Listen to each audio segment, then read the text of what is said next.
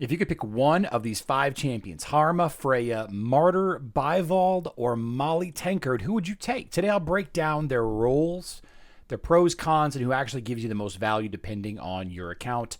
We're talking about stunners and provokers.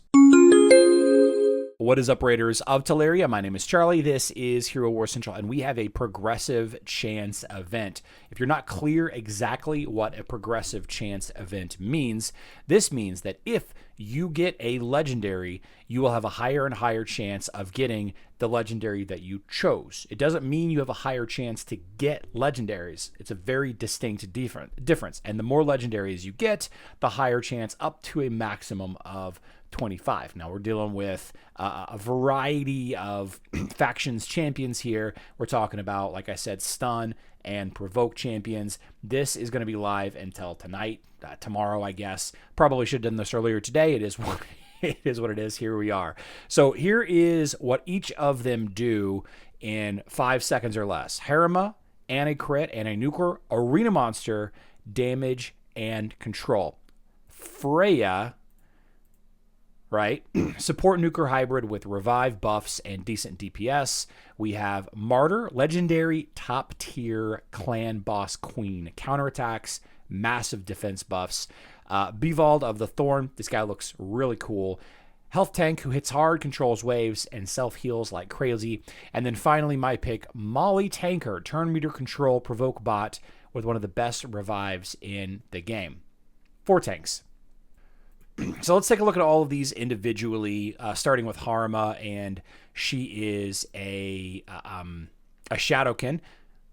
Aesthetic is absolutely gorgeous. Legendary defense champion, got a demon's head on her hip. One of the best anti-meta arena tools. Reduces crit damage taken massively. She can nuke and control. Very high value in live arena in the right teams, of course. Shut down enemy nukers like Trunda, Leorius, and Taras.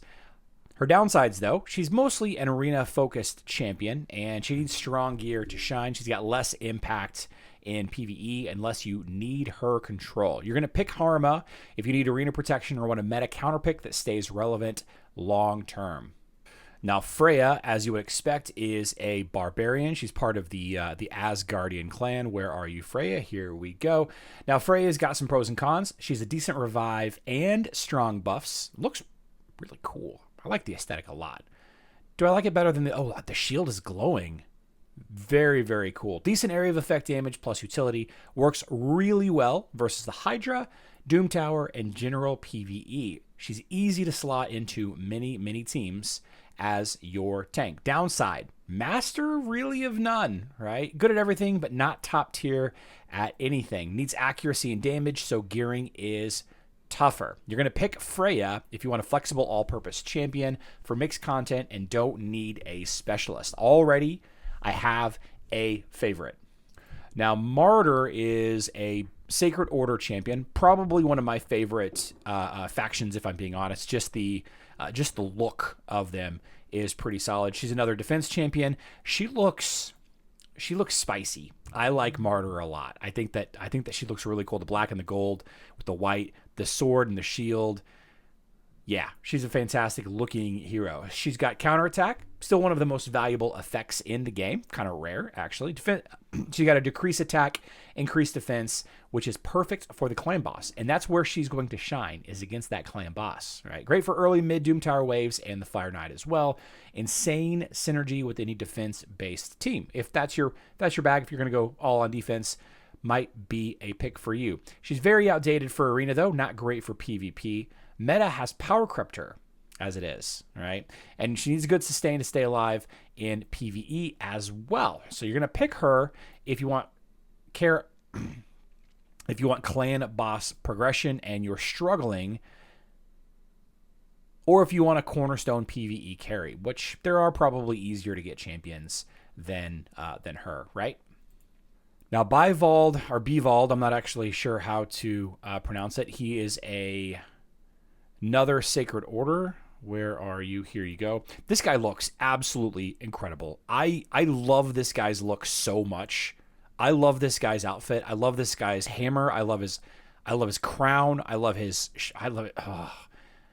oh yeah, the paper, the scrolls hanging down. I love the look of this guy. This is by far my favorite looking of the 5 opportunities here. But let's talk about why you would get him. Huge AoE control with Provoke. Hits extremely hard for a health champion, which is interesting.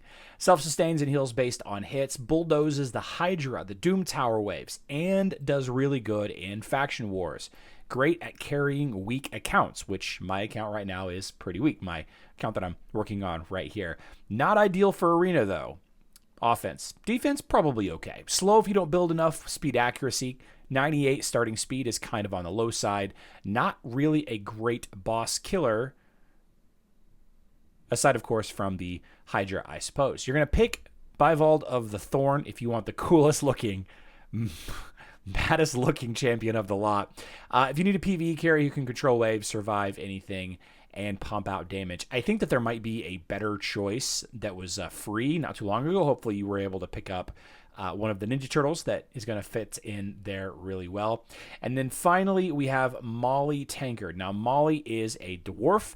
I really aesthetically think the dwarfs are some of the best designed of all of the characters, and she looks real clean. I like the hammer, I like the shield, I like the mug on her hip, the backpack, the tube steaks or the sausages rather. Oh, a grenade. Okay, interesting. A support, not a defense or a health champion, right? So, very reliable. Area of effect provoke, like we discussed already. Emergency revive is insanely clutch. We have an anti-wipe boost that can completely flip fights.